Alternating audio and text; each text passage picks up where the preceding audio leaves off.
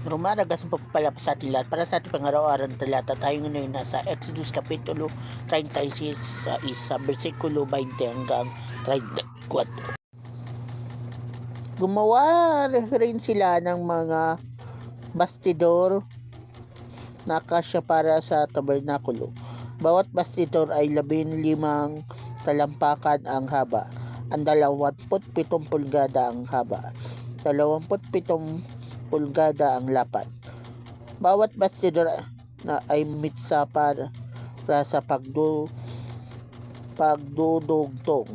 20 bastidor ang ginawa nila para sa gawing timog at 40 patungang pilang na may suotan ng mitsa. 20 rin ang ginawa nilang bastidor na sa gawing hilaga at 40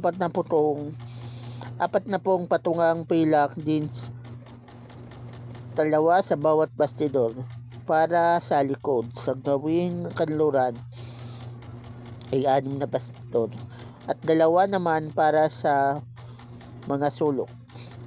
Ang mga bastidor sa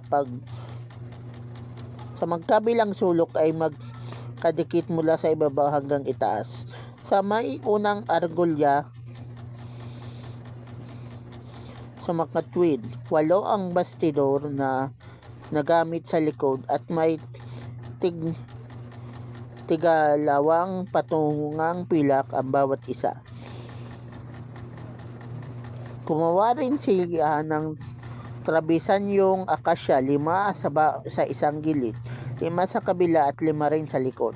Ang panggitnang trabisanyo ay abot sa kabilang gilid ng tabernakulo. Binalot nila ng ginto ang mga bastidor at kinabitan ng argolyang ginto na pagsusuotan ng mga trabisanyong balot din ng ginto.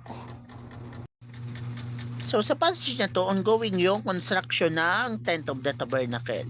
At syempre, grabe sa Lord magbigay ng command, specific, pati yung measurement ng mga materials at kung anong klaseng mga materials yung gagamitin para dun sa Tent of the Tabernacle. Pero marirealize din natin dito na may mga worker. At yung mga worker na yun, bago sila naging worker, syempre may training muna sila na ginawa prior doon sa ginagawa nilang Tent of the Tabernacle. So tinuruan muna sila at syempre nag-train sila. Kaya natuto sila. Or else, kasi kung hindi naman na sila na-train tapos magbo-volunteer sila doon tapos hindi nila alam ang gagawin nila, pagulo lang sila doon sa mga marurunong. So hindi sila makakatulong. So sa ministry po ganun din. Kung gusto mong gamitin ka ni Lord, asahan mo na may training muna. May training ka munang pagdadaanan para maging kagamit-gamit ka. Kumbaga maging effective at efficient ka na worker. Kasi nga may training ka, well-trained ka at hindi ka pagulo sa site or sa area of ministry.